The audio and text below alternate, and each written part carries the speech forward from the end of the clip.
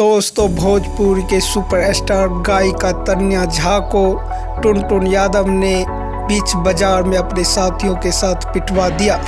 क्या है खबर की पूरी जानकारी हम आपको इस वीडियो में आगे बताएंगे। अगर इससे पहले आप मेरे चैनल पर नए हैं तो मेरे इस चैनल को सब्सक्राइब और वीडियो को लाइक ज़रूर कर दें। दोस्तों, पहले तो तन्या झा बोल रही थी हम एक्सीडेंट हो गए हैं, लेकिन ये सही बात नहीं है। तन्या झा ने टुनटुन यादव की पत्नी पर गाना गाकर गाली दी, जिस पर टुनटुन यादव ने अपने साथियों के साथ बीच बाजार में तन्या झा को पीटा। लेकिन तन्या झा का कहना है, टुनटुन मैं तुझे नहीं छोड़ूंगी।